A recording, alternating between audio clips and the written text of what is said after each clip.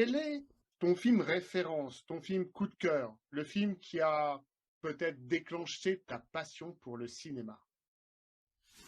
Alors bizarrement, c'est pas un film de Jean-Paul, vous voyez. On pourrait croire, évidemment, il y a plein de films de Jean-Paul que j'adore, hein, mais il y a un film qui a déclenché quelque chose en moi quand j'étais ado, en fait. Quand tu es ado, bon, tu vas voir les films de Bébel, les films de Stallone, et puis d'un coup, tu vas voir un film qui change ta vision des choses, qui te fait passer dans l'âge adulte. Ce film est un film de Jean-Jacques Benex qui s'appelle 37-2 le matin.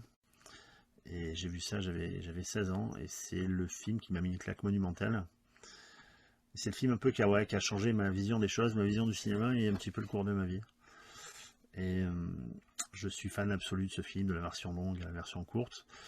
Je pense connaître tous les plans, je l'ai vu plus d'une centaine de fois. Chacun a un film référence, moi c'est 37-2. J'ai eu l'occasion d'en parler souvent avec Benex, malheureusement qui nous a quittés récemment.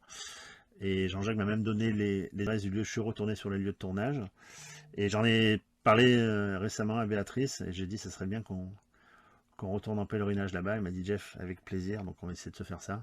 Parce que voilà, c'est le film c'est le film qui est jamais loin de moi et qui me quitte jamais. Ah bah, Voilà.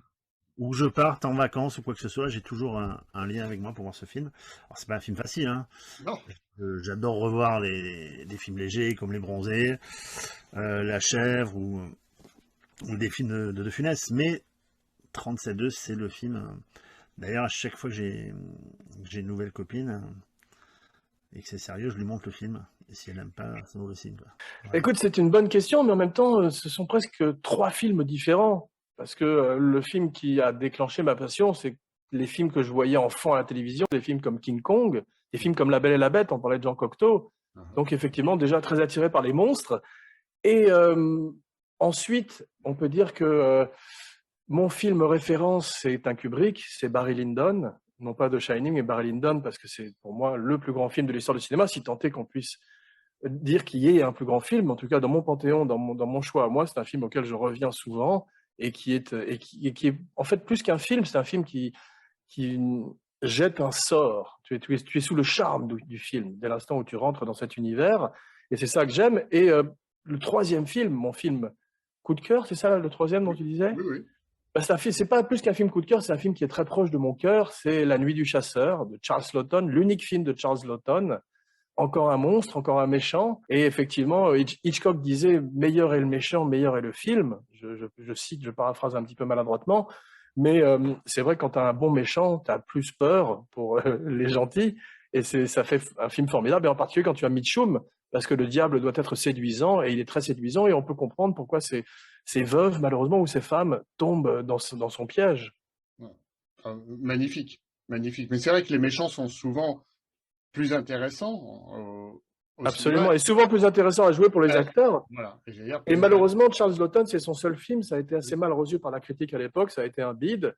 Mais ça a été aujourd'hui, c'est reconnu comme une espèce de culte et comme un grand classique de l'histoire du cinéma, en Alors, particulier en Europe. je crois que précédemment, j'ai parlé du Bossu de Lagardère de Jean Marais, qui a été, on va dire, ouais, le premier film qui encore une fois, m'a donné réellement le désir de vouloir faire ce métier. Et, si possible, de ressembler à ce genre d'acteur qui était absolument incroyable. J'ai eu la chance, en plus, de travailler avec lui, Monsieur Jean Marais, qui a été une énorme source d'inspiration. C'est indéniable, mais pas que. Comme je disais, Bruce Lee, la même année en 73, décédé, et ça a été aussi un énorme coup de cœur. Et sans compter que voilà, c'était quelqu'un qui était capable de réaliser, de chorégraphier ses combats, d'être auteur aussi, philosophe. Que, là, je suis en train de me relire les pensées percutantes de Bruce Lee en ce moment. C'est quelqu'un qui a eu une vie extrêmement rapide, parce qu'il est mort à l'âge de 32 ans.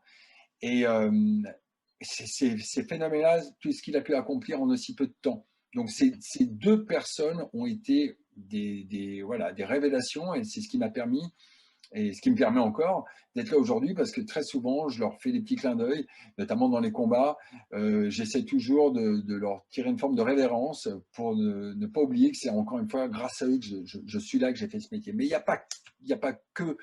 Je ne vais pas m'étaler et citer tout le monde, mais ne serait-ce que des gens, si on reste en France, dans les vieilles figures et dans des personnes mais emblématiques comme Gabin, comme Ventura, comme Louis Jouvet, comme, encore une fois, je ne vais pas pouvoir citer tout le monde, Michel Serrault, il y a des gens qui m'ont juste fasciné. Du côté des Américains, c'est pareil.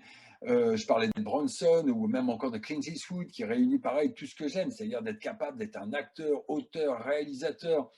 Mais il y a des gens qui, notamment comme Al Pacino et De Niro, bien évidemment, les deux m'ont beaucoup inspiré, notamment sur la méthode de travail, sur la façon d'appréhender les personnages. Même si j'ai une légère petite préférence pour Pacino, mais encore une fois, elle est très légère parce que De Niro, pareil, quand je vois Raging Bull de Scorsese, c'est juste phénoménal ce qu'il a été capable de faire. Il me serait difficile de partir qu'avec un seul film sur une île. Mais disons que voilà, un de mes films de chevet, un des films que j'adore, c'est vraiment Dog Day Afternoon, un après-midi de chien. C'est un film qui m'a complètement bouleversé à l'époque quand je l'ai vu. Et quand je le revois encore, c'est pareil, c'est un film qui, pour moi, hein, ça a désuet, je pense pas, franchement, parce qu'il y a des films, c'est ça, ils sont capables de traverser le temps et les époques et vieillissent pas. Surtout que le sujet, en plus, c'est quand même assez fort, en plus d'après une histoire Alors, c'est vraie. pas un film, ce sont plusieurs films. Dans mon enfance, il y a eu Ben-Hur, il y a eu Les 10 Commandements et Spartacus. Spartacus, réalisé par Stanley Kubrick, comme tu le sais, avec Kirk Douglas. Les 10 Commandements avec Charlton Heston, un film de CCB 2000 qui a fait des péplums colossaux et magnifiques. Et puis aussi, Ben-Hur, c'est William Wyler avec Charlton Heston. Après, dans mon adolescence, c'est Sergio Leone. C'est Le Bon, la Brute, le Truand, Ouais, avec, avec Clint Eastwood, je crois, et oui. puis Lee Van Cleef. Lee Van Cleef et Eli Wallach. Ouais. Et Il était une fois dans l'Ouest, bien sûr, avec Charles Bronson, avec Henry Fonda et Claudia Cardinal, avec en toile de fond dans ces films les musiques de Ennio Morricone, qui montait le tout.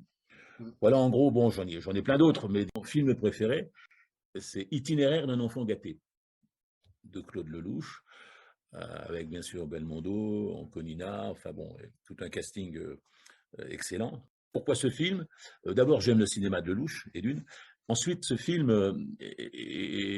comment dire, est porteur d'espoir. C'est l'histoire d'un gamin qui est un enfant de la balle dans un cirque, il a un accident, et puis, bon, bref, donc il n'a rien au départ qui lui permette d'espérer de devenir riche un jour. Il le devient à force de travail. Et à 50 ans, il est riche, il a tout. Et il dit stop, parce que le monde des apparences le gonfle. Et il part sur un voilier. Et pour l'anecdote, j'adore les voiliers, j'adore faire de la voile. Et il se fait passer pour mort. Bon, je ne vais pas vous faire tout le film. Ceux qui ne l'ont pas vu, bah, ils pourront découvrir la fin de l'histoire. Et voilà. La musique encore de Francis Lay, qui est magnifique, qui est là en boucle, qui parfume constamment cette aventure, cette histoire, qui est peut-être d'ailleurs inspirée d'une histoire vraie, je ne sais pas, seul Monsieur Claude Lelouch pourrait nous le dire. En tout cas, ce film m'a marqué, j'ai eu plaisir à le voir et à le revoir.